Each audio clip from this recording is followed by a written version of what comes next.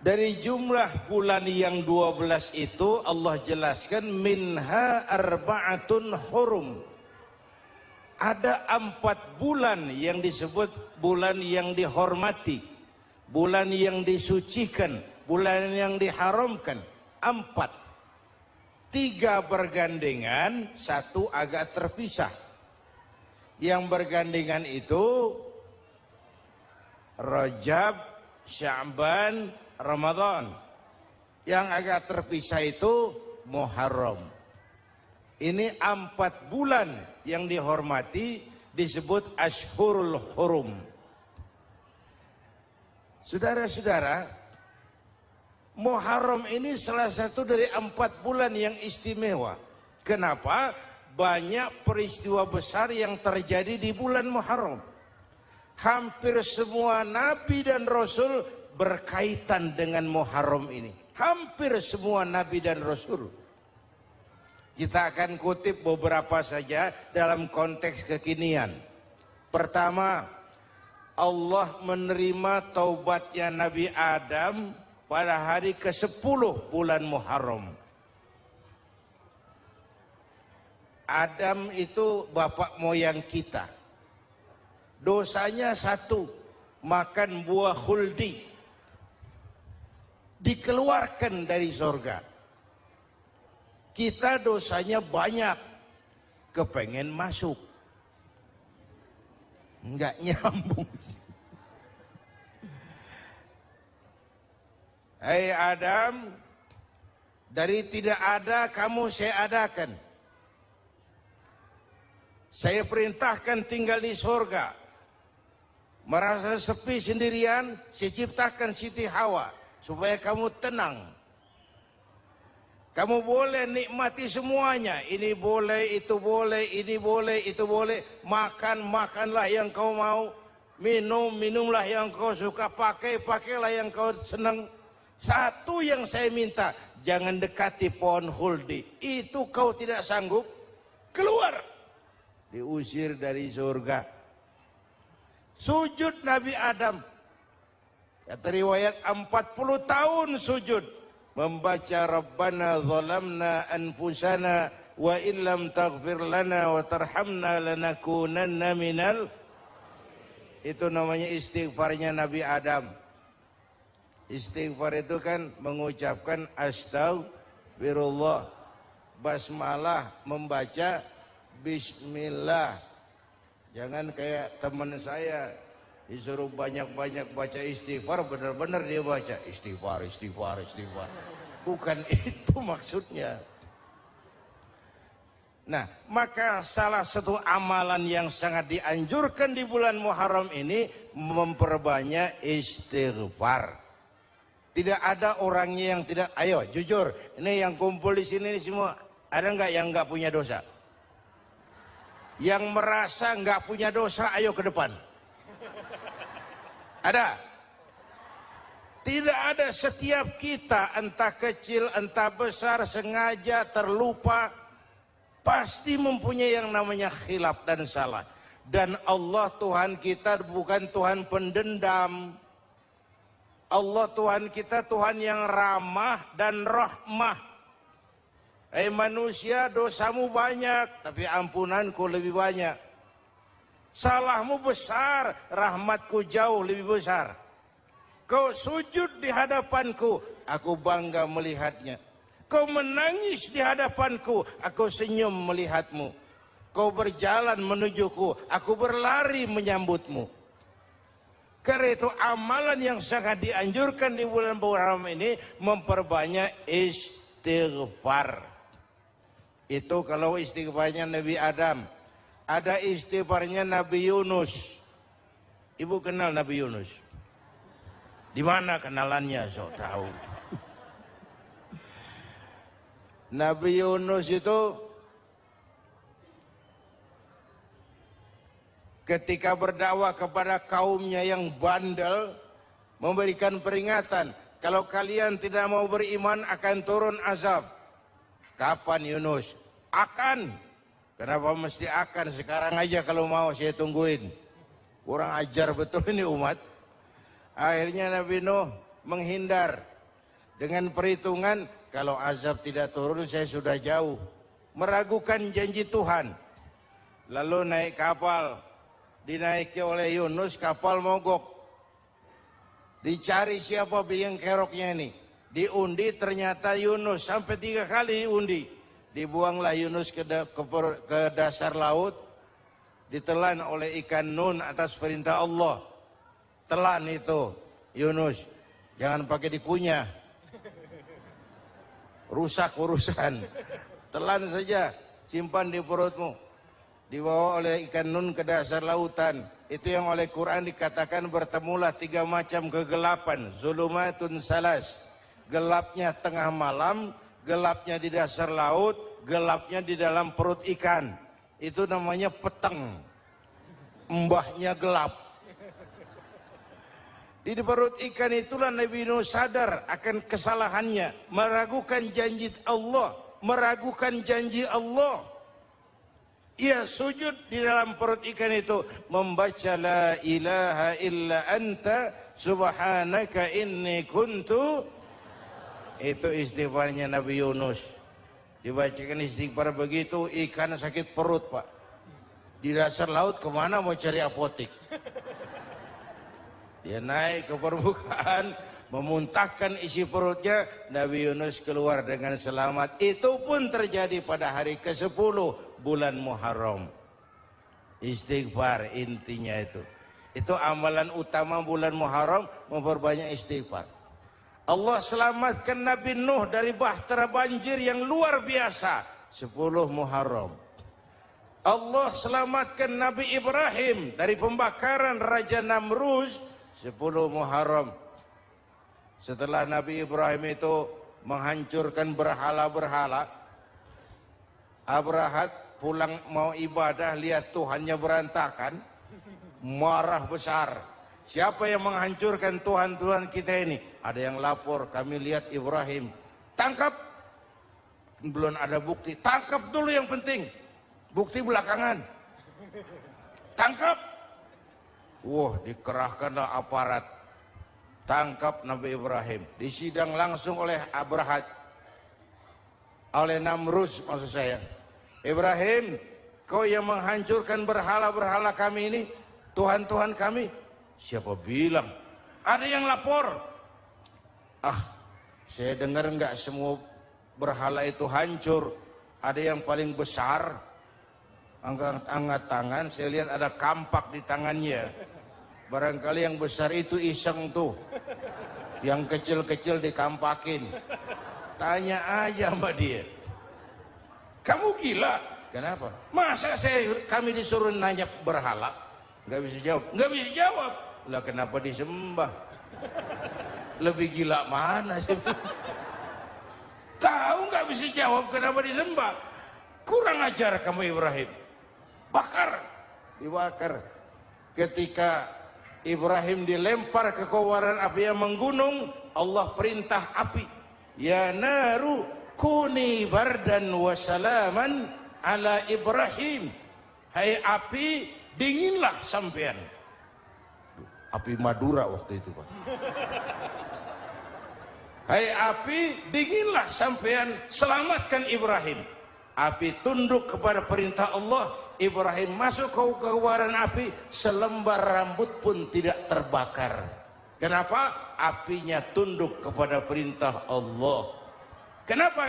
Karena Ibrahim orang yang takut kepada Allah. Api tunduk kepada perintah Allah. Kalau kita baca ayat itu, masuk ke api, mateng. Sudah hadirin yang saya muliakan, oleh karena itu selamatnya Ibrahim dari pembakaran Raja Namrus itu pun pada 10 Muharram. Yaumul Asyura, hari ke-10 dari bulan Muharram. Baik. Itu Ibrahim. Hadirin hadirat yang saya cintai, sebagian kecil tentang Nabi Adam, Nabi Ibrahim dan Nabi Yunus, tapi saya belum menceritakan tentang Nabi Nuh tadi. Mengulang kaji. Nabi Nuh salah seorang rasul yang masuk ulul azmi 5 besar. karena memang perjuangannya menggambarkan satu usaha yang ulet dan luar biasa. Beliau diberi umur 950 tahun, lalu berdakwah selama 900 tahun, sore, pagi, siang, malam, dapat pengikut tidak lebih 80 orang. Rata-rata 10 tahun satu. Kalau saya minta berhenti aja jadi nabi, Pak. Ustadz mana masih mau buka pesantren? 10 tahun buka pesantren, yang nyantri cuma satu. Pedagang mana yang masih mau dagang? 10 tahun dagang, yang beli satu. Pimpinan partai mana yang masih mau kampanye? 10 tahun buka partai, yang nyoblos satu. Bangkrut. Umatnya bandel, kurang ajar, durjana, bajingan, tengik. Umatnya Nabi Nuh ini, kalau diceramahi, telinganya ditutup dengan tangannya. Nabi Nuh akhirnya rekes. Tuhan, siang malam saya berdakwah kepada umat ini. Tiap kali saya sampaikan dakwahmu, mereka tutup telinganya dengan tangannya. Alergi dengar ceramah. Apa itu ceramah? Non-profit. Saudara-saudara, jadi mau kamu gimana, Nuh? Sudah Tuhan, habiskan saja orang kafir. Nanti kalau punya anak, anaknya pun kafir lagi. Lebih baik bapak moyangnya sikat habis. Biasanya kalau bapak kalong, anak kampret. Bapak nyolong, anak nyopet. Fotokopi gimana aslinya? Hampir habiskan saja. Itu mau kamu, Nuh? Iya. Oke. Nanti aku turunkan banjir, Nuh.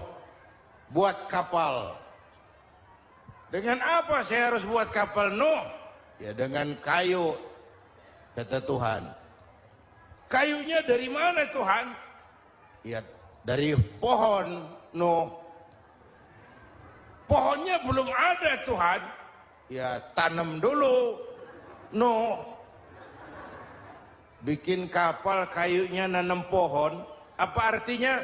Perjuangan perlu kesabaran. Sukses itu ada prosesnya.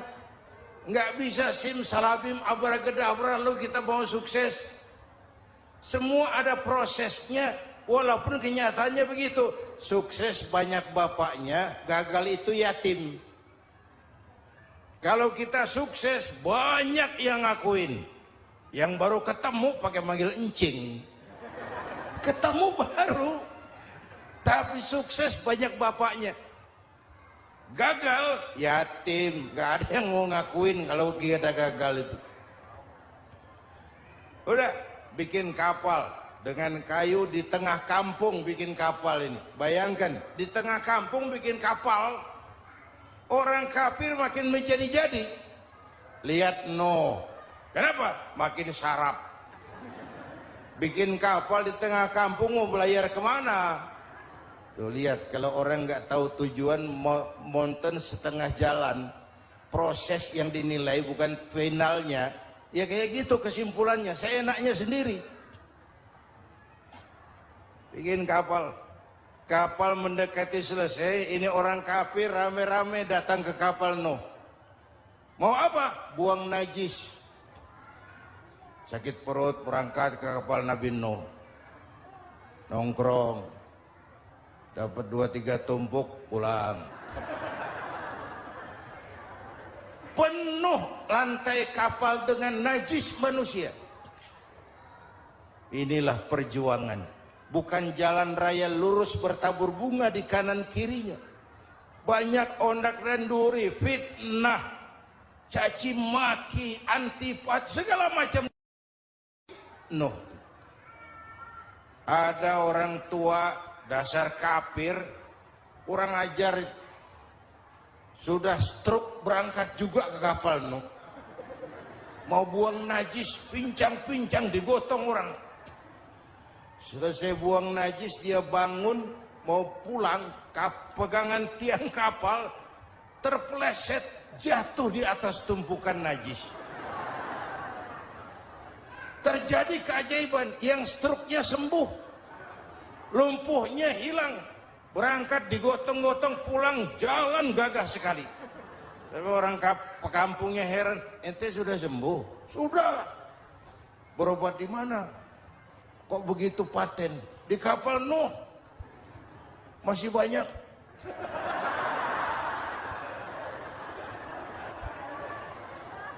Yang berasa perlu obat bawa rantang. Ambil bersih lagi geladak kapal itu. Sudah selesai Nuh? Selesai. Oke, kau orang yang beriman bersamamu, binatang serba sepasang, naik. Naik Nabi Nuh, naik orang beriman, naik binatang serba sepasang. Ini cikal bakal penyelamatan manusia, Pak. Naiklah orang beriman, sudah naik semua, Nabi Nuh kontrol. Ini contoh buat kita, kontrol. Sudah naik semua teman-teman, sudah. Pemimpin yang baik bukan cuma terima laporan di belakang meja. Laporan itu yang mana juga bagus. Sama juga kampanye yang mana juga merdu. Kalau aja yang dihitung.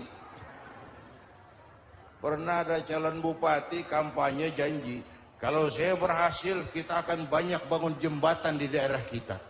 Rakyat ditanya, Pak, nggak ada sungai di kampung kita, Pak. Dia bilang, sungainya kita bangun sekalian. Udah kadung janji, mana pula orang mau bangun sungai ini. Saudara-saudara, kontrol. Jangan cuma tunggu laporan di belakang meja, semua laporan bagus. Ya Bu? Bu?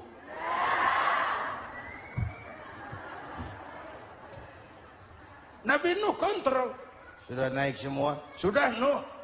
Pulan bin Pulan naik. Naik Nuh. Paimin bin Tukijo. Naik. Kami lihat naik. Ada orang Jawa juga kayaknya. Ada.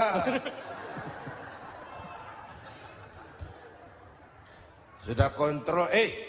Kanan anak saya ikut nggak naik kapal? Kami tidak lihat itu Nuh. Kanan. Ini potret. Bapaknya aktif ke masjid, ibunya rajin ke majelis taklim, anaknya keleleran kemana-mana. Bukan di sini, di Prancis. Udah di sini insya Allah sama.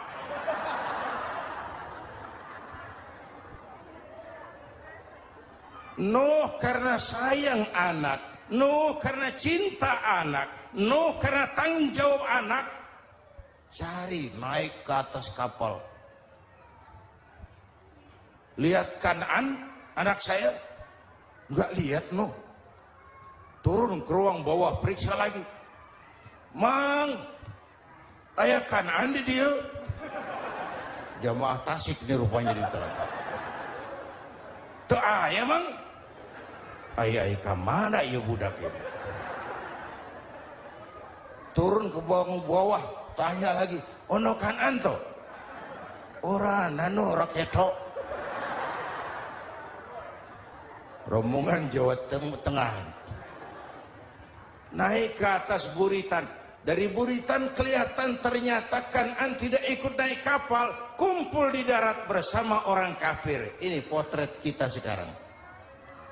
Kumpul sama orang kafir, hanyut anak-anak kita, ditelan budayanya orang kafir, ditelan tradisinya orang kafir, ditelan pergaulannya orang kafir. Nuh karena sayang anak dari atas manggil. Dalam Quran dijelaskan itu. Karena Nabi Nuh di atas, Kan'an di bawah, teriak, ya bunayyar kam ma'ana. Begitu dalam Quran ayatnya. Cuma ini pakai gaya memanggil supaya kelihatan ke gambar, kira-kira Nuh manggilnya begitu. Ini namanya gaya dakwah, Pak. Kalau ceritanya datar nggak menarik. Maka Nuh memanggil Kan'an, ya bunayya arkam ma'ana. Kata yang dengar, heeh. Ini gaya orang manggil, ya bunayya arkam ma'ana. Kan'an, kesini nak, naik kapal sama papi. Kata Kan'an di bawah itu, enggak mau papi, John di sini saja. Kata Nuh, jangan nak, Allah sedang murka, akan turun banjir. Kalau datang banjir papi, sa'awi ila jabalin ya'simuni minal ma'. Saya akan naik ke gunung tinggi yang bisa menyelamatkan saya dari banjir. Kan'an naik ke gunung, gunung dihantam banjir, Kan'an mati. Sampai sekarang.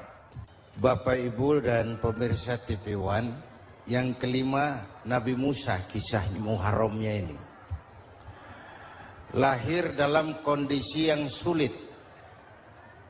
Karena Fir'aun mimpi akan lahir seorang anak dari keturunan Bani Israel yang akan menghancurkan kerajaannya.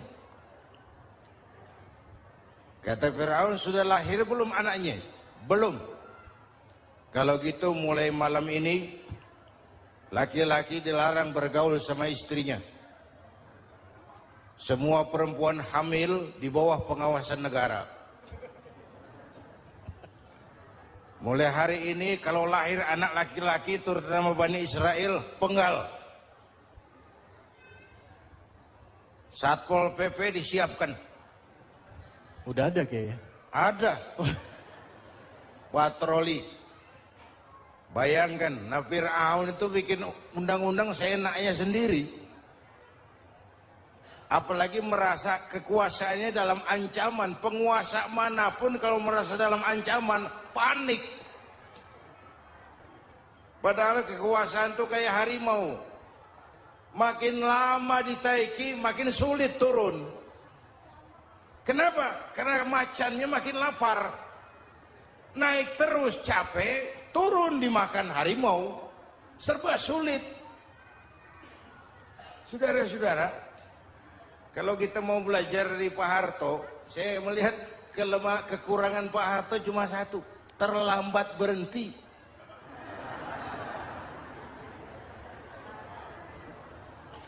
Terlambat berhenti. Di sekelilinginya banyak tukang jilat, tukang semir. Pak, kalau tidak ada bapak kami bagaimana, Pak? Saudara hadirin yang saya hormati, maka sering saya ingatkan, temanmu yang sejati adalah teman yang membuat kamu jadi benar, bukan teman yang selalu membenarkan kamu. Berapa banyak pejabat-pejabat hancur karena selalu dibenarkan oleh lingkungannya. Bapak benar, Pak. Bapak bijaksana, Pak. Itu tepat, Pak. Benar. Buang angin pun, kata kelilingnya, oh Bapak sehat.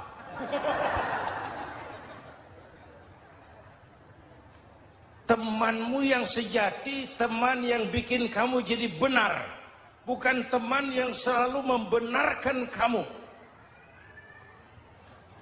Bapak Ibu hadirin yang saya hormati, tapi kehendak Allah terjadi. Lahirlah Musa. Bayinya dihanyutkan di sungai Nil. Bayi sudah menderita, dihanyutkan di sungai Nil. Dan akhirnya besar di lingkungan istana Fir'aun. Diriwayat oleh Ratu Aisyah, perempuan Fir'aun. Setelah mulai berjuang, terjadilah itu. Musa dan pengikutnya dikejar oleh Fir'aun. Sampai di tepi laut, Allah wahyukan Musa, lempar tongkatmu ke laut. Dalam kondisi darurat, mukjizat tiada jalan. Kondisi darurat. Kalau tidak, mukjizat itu maunya Allah, bukan maunya Nabi. Nabi nggak kuasa. Allah yang mau. Tapi hidup Nabi bukan mukjizat, manusiawi. Tidak mentang-mentang ada mukjizat tongkat, tiap sulit main tongkat, nggak usah berjuang kalau begitu. Itu darurat menyelamatkan umat. Tongkat dilempar ke laut, laut terbelah. Laut terbelah. Itu secara visualnya bisa kita lihat dalam film The Ten Commandments. Udah nonton belum? Urusan nonton kalah sama Ustadz bagaimana sih? Ten Commandments, 10 firman Tuhan. Tekniknya bagus tuh. Bagaimana laut terbelah. Musa lewat. Fir'aun mengejar. Musa sampai di ujung sana. Fir'aun masih di sama tengah perjalanan. Laut nutup kembali. Laut menutup kembali, Fir'aun tenggelam. Cengap-cengap di lautan. Begitu napas sampai di tenggorokan, Fir'aun sambil cengap-cengap itu, amantu bi Rabbi Musa wa Harun. Duh, kalau begini mah, saya juga percaya sama Tuhannya Musa. Mereka mau jengkel, goblok loh. Terlambat sekarang. Tenggelamin terus. Modar. Musa selamat. Fir'aun mati. Jenazahnya, jasadnya terdampar di pinggir laut. Beberapa waktu kemudian ditemukan orang, dimumi, dibalsam, diawetkan. Itu sesuai janji Quran. Wa kadzalika nunajjika bi badanika litakuna liman khalfaka ayah. Kami selamatkan badan kamu agar jadi pelajaran bagi orang-orang sesudah kamu nanti. Janji Quran tepat. Janji itu 14 abad yang lalu.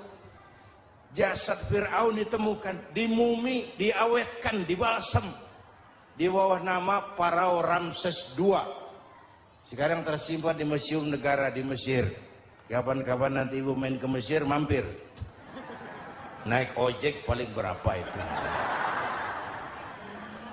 Oh, orangnya tinggi, hidungnya mancung, pokoknya pantaslah jadi Firaun. Selamatnya Musa di kejaran Firaun di ujung sana itu terjadi pada hari ke-10 bulan Muharram, yang oleh orang Nasrani diperingati dengan hari raya Paskah. Mereka melaksanakan puasa, mensyukuri nikmat keselamatan dari kejaran Fir'aun. Makanya kalau kita ikut puasa di bulan Muharram, bukan mengikuti syariatnya Nasrani, salah. Karena Nabi mengajarkan, itu sumbernya. Bukan ikutan sama ibadahnya Israel. Tapi memang agama ini kan merupakan mata rantai. Datang Rasul baru melengkapi Rasul sebelumnya, datang Rasul baru melengkapi Rasul sebelumnya. Mata rantai yang berkaitan. Setelah Muhammad selesai, selesailah tugas Nabi dan Rasul. Selesailah misi Nabi dan Rasul. Tidak ada Nabi lagi sesudah Nabi Muhammad. Itu harga mati, titik. Nggak ada kompromi. Siapapun sekarang ini nggak datang ngaku jadi Nabi, wajib tidak percaya. Wajib tidak percaya. Tapi kaitannya memang, kita bilang Nasrani, orang bahasa Arab, bahasa Ibraninya Nazaret, Nasiroh, Nazaret. Itu beda dialek. Kita Daud, dia David.